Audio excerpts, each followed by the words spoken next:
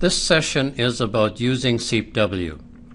In session 1 we are going to concentrate on steady-state analyses, and then in session 2 we will migrate on to transient type of analyses.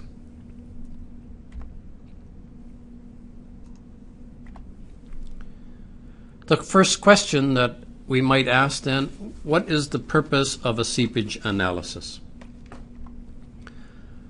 Well, fundamentally, the purpose of a SEEP-W analysis is to simulate seepage or water flow through soil. And we want to do this both for saturated and unsaturated conditions. The result of the SEEP-W analysis might be various objectives. The first one is that we might be interested in the quantity of flow or discharge. That is, we are interested in the flux. In many civil engineering projects, we are interested in pore water pressure distributions. We need to know the pore water pressure distribution for a stability analysis, and we want to use the SEEP-W results in SLOPE-W. We need the pore pressure in order to get at the shear strength if we are going to use effective shear strength parameters. Sometimes we may have excess pore pressures as a result of external loading due to the building of an embankment, for example, and then we need to know the pore pressures in sigma W in order to compute volume change and consolidation, and we also need to know the effective stress in the ground because we know it is effective stresses that control volume change and shear strength. Sometimes we may be interested in the water velocity and in the pathway. If we can determine the velocity and pathway with SEEP-W, we can reuse the results in CTRAN-W to simulate the migration of a contaminant, for example. Pore water pressures then. This is one of our primary interests. We want to know the distribution of the pore water pressures. Here we have an illustration of perhaps some infiltration of rainfall, and we have perhaps some regional groundwater flow, which produces a phreatic surface here. And we want to know the pore pressure distribution both in the saturated zone here and in the unsaturated zone.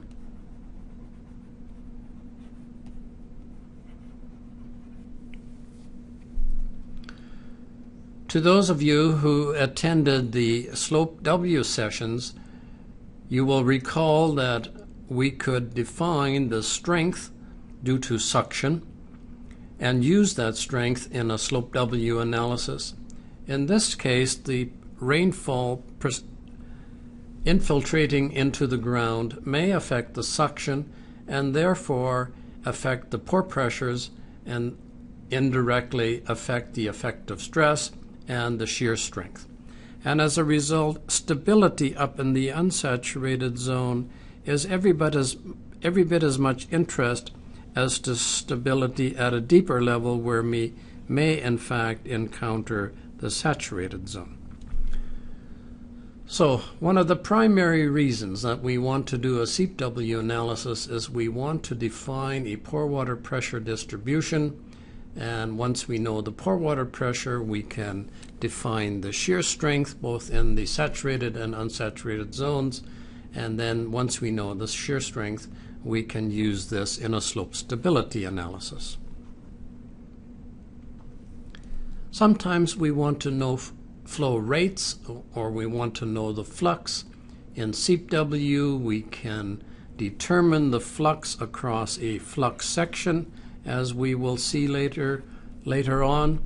So although we do not do this all too often, but sometimes it is of interest to know the quantity of the seepage losses. Here's a diagram illustrating when we might want to have an understanding of the water velocity and the pathway. And here is a contaminant pond, and leakage from this contaminant pond, we would like to know the pathway that a molecule of water might follow, for example, and the rate that it arrives at a particular point. So we want to know velocity and pathway, and then we might be able to model a contaminant plume migration. All of you who have taken an introductory course into seepage have likely been taught seepage in terms of a confined problem and an unconfined problem. In this situation here, the flow under a structure around a cutoff, this would be classified as a confined problem, and flow through a homogeneous dam would be classified as an unconfined problem. When we use a saturated, unsaturated formulation, it removes the need for this categorization. As you will see in SEEP-W, we do not need to categorize the problem between confined and unconfined. When we consider the saturated and unsaturated conditions both in the same problem, there is no need for this categorization, which turns out to be extremely convenient, particularly as you will see when we move into transient analyses. To use SEEP-W effectively, it is essential to have a clear understanding of some of the key fundamentals. These fundamentals are Darcy's law. We need to have a good understanding of Darcy's law. It is very useful to have a mental picture of the basic finite element equation. You do not need to know how to derive this equation necessarily, but to have an idea of what the equation looks like is very useful. It is absolutely mandatory to use SEEP-W that you have a clear understanding of the definition of the total head. We usually use big H for total head. Then we must have some idea about the soil's ability to store and release water. Soil acts a little bit like a sponge sometimes. It can absorb water, but water can also drain out of the soil.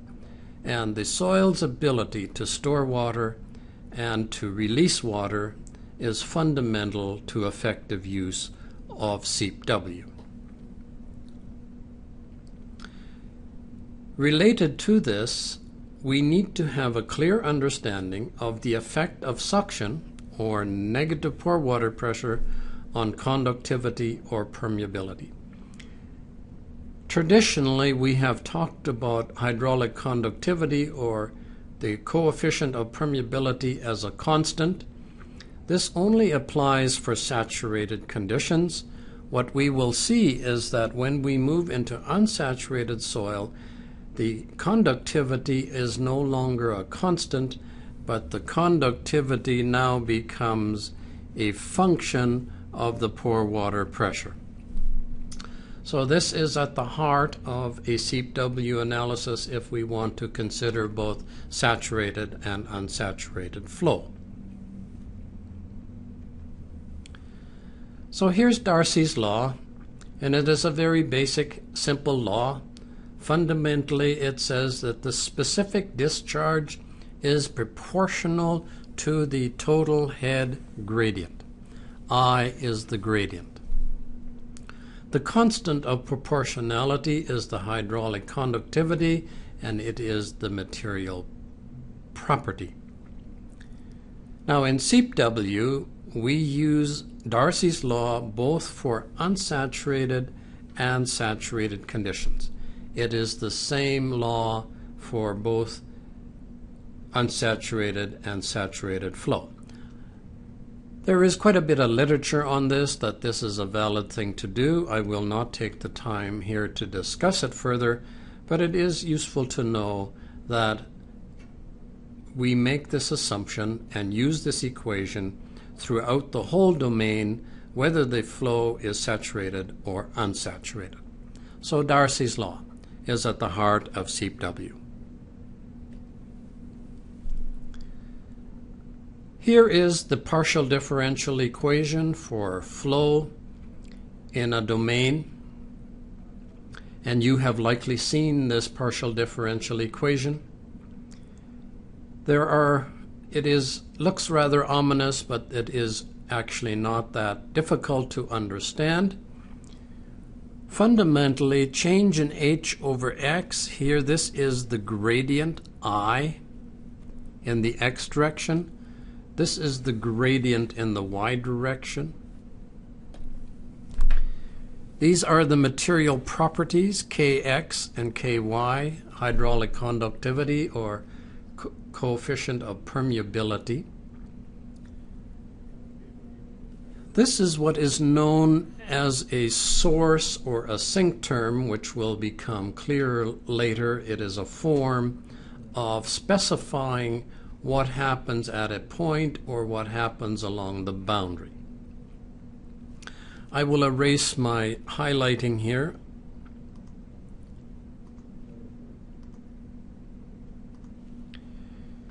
So what this equation says, that we have the rate of change.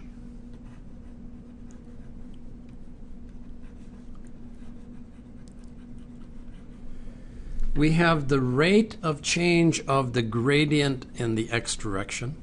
The point is that it is the rate of change with distance within the domain of the gradient. It's the rate of change with distance of the gradient. And we have the rate of change of the gradient in the y direction within the domain.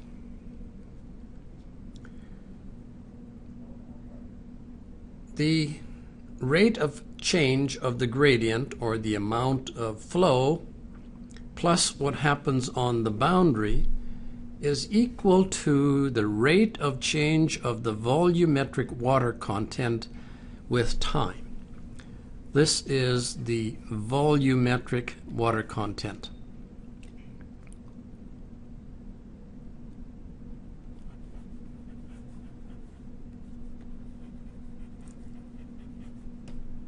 Notice that it is volumetric and not gravimetric water content.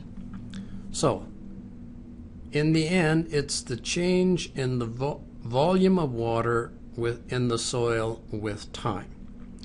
Now, as we will see, that this term on the right here is only required for a transient analysis.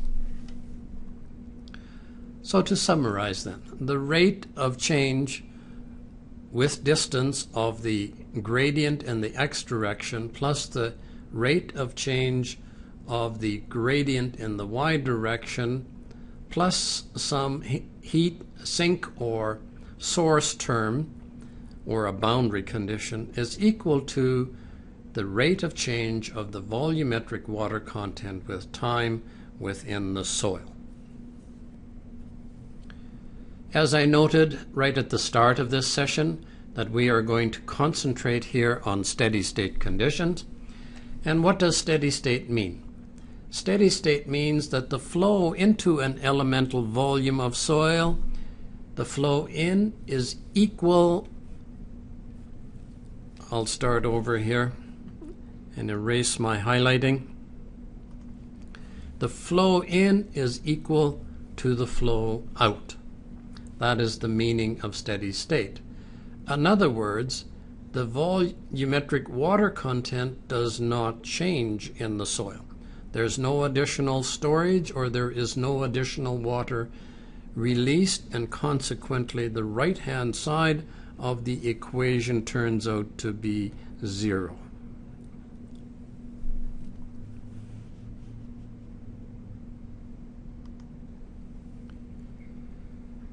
Let us look at the special case then of an isotropic homogeneous condition. Let us say, for example, that Ky is equal to Kx. Consequently, this would be Kx, and this would become Kx as well.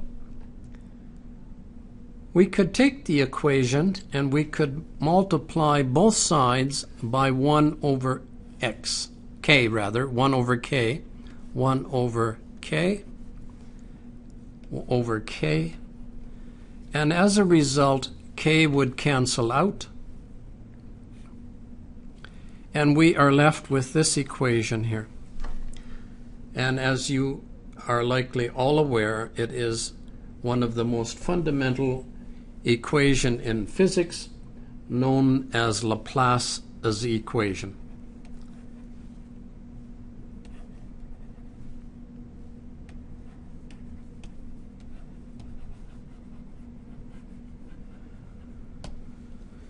What is interesting about this equation, that when we have an isotropic homogeneous condition, that the pore water pressure distribution is not a function of the material property. So many cases you will encounter when the pore pressure distribution is not a function of the material property. So the pore water pressure distribution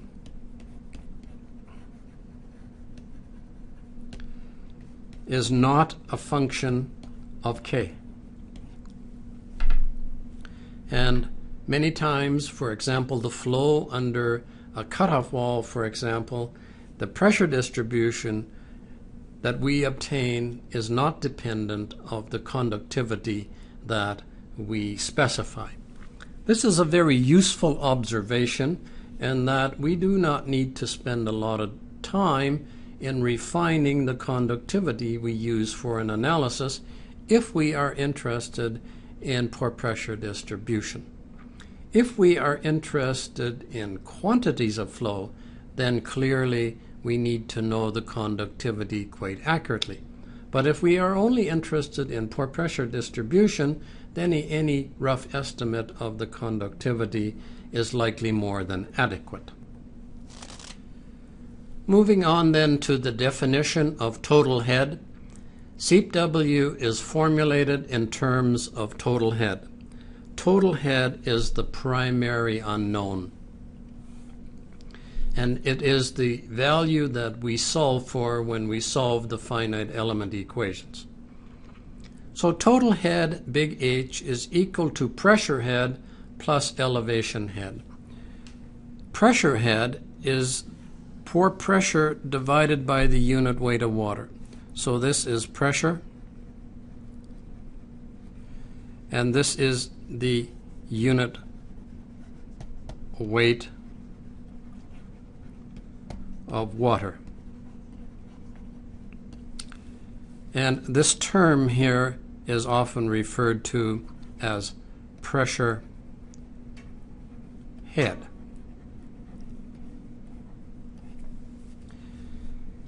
Why is the elevation? And as we will see time and time again, when we specify boundary conditions, we must specify the total head. We cannot specify pressure head very often. Sometimes under special conditions we can, but we need to specify along the boundary the total head, which is a combination of pressure head plus elevation. So the boundary conditions we specify always have to be specified in terms of the y-coordinate or the elevation. So let's look at total head in the context of this very simple example. And we have some freestanding water on this side of the dam, and we need to specify the boundary condition along this edge here. And the boundary condition, we are going to specify it as a total head. We notice here that the elevation is 6, so y is equal to 6. The pressure head is equal to 3 meters of water. Therefore, the total head boundary condition is equal to the pressure head of 3 plus 6 meters of elevation is equal to 9 meters. On this side here, we know that the water table is at the surface, so we need to define a boundary condition along this edge. Here, the total head is equal to the pressure head plus y. The pressure head is 0 plus the elevation is 6. Therefore, the total head is equal to 6. An illustration of defining total head. And as you will discover, and you need to have very firmly in your mind, is that flow always occurs from the high head, 9 to 6, in this particular case. To repeat, it is incredibly important to have firmly in your mind that flow is always from the high total head to a lower total head. Flow is not necessarily in the direction of pressure changes, it is in the direction of total head changes. Now let's look at total head definition in a slightly more complex case. And we have a water reservoir up against the face of this dam here. And we need to define the boundary condition along this edge of the analysis domain. And the question is, what is the right boundary condition to specify on that edge? Well, let us look at this point here. This example is in terms of feet. The total head is equal to the pressure head plus the elevation is equal to a pressure head of 0 plus an elevation of 40, so the total head is 40 feet. At the toe of the embankment here, the total head is equal to the pressure head plus the elevation. The pressure head is 40 feet plus the elevation is 0, therefore the total head is 40. Now this is extremely convenient that even though the pressure changes along this face, we can specify one boundary condition along this face where the head is equal to 40. The total head is the same everywhere. We need a special type of a boundary condition to simulate this tow drain here, but we will get to that later on in the presentation.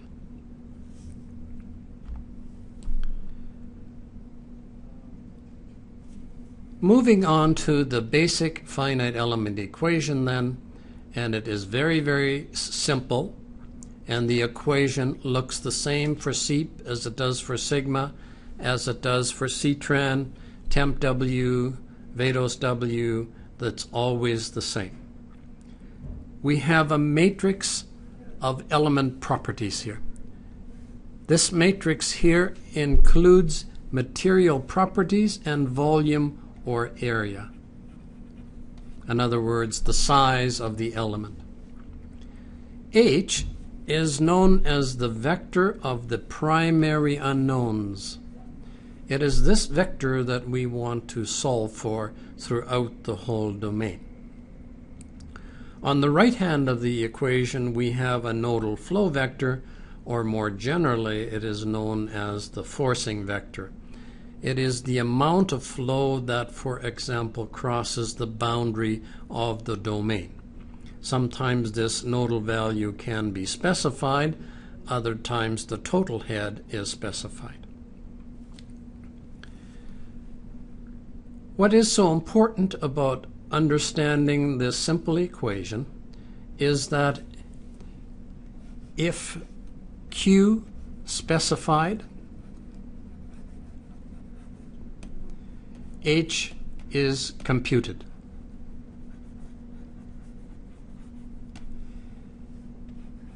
If H specified, Q is computed. And time again, when we define boundary conditions, it is important to recognize that if I specify the head, I will compute a flux, Q. If I specify Q, the flux, I will compute a head. And as we will see, when it comes to defining boundary conditions, we only fundamentally have one of two choices available to us. We either specify a total head or we specify a flux rate. And so once again, I urge you to have this little equation in your mind when you do seepage analysis. And when it comes to applying boundary conditions, always ask yourself, if I know the head, then I will compute flux. If I specify the flux, I will compute the head. I cannot specify both flux and head. That is not a possibility in SEEP-W. So I only have one of two choices when it comes to specifying boundary conditions in SEEP-W. There are always basically four components to a finite element analysis. The first one is geometry and space. The second one is material properties. The third one is boundary conditions. And when we do a transient analysis, we have to say something about temporal integration. We have to say something about time stepping. How are we going to march forward in time? In a steady state analysis, we do not need number 4. So in this session number 1, where we are concentrating on steady state analysis, we will only deal with 1, 2, and 3. Now, you will notice that we have entire chapters in our SEEP-W engineering books on geometry, material properties, and boundary conditions. Once again, this is fundamental to any finite element analysis, that you basically have 3 components for a steady state condition: geometry, material properties, and boundary conditions. And when we move on to transient analysis, we have one more item, and that is how are we going to step forward in time during the flow process. Just one last quick comment about these finite element basics. Our human nature is such that we tend to spend most of our time on the things we know the best, and so we often know the most about geometry, and we tend to spend a lot of time on the geometry. But spending a lot of time on the geometry does not do us much good if we don't have a good understanding of material properties and boundary conditions. So when you do a finite element SEEP-W analysis, you need to spend most of your time not on the geometry, but on the material properties and the boundary conditions.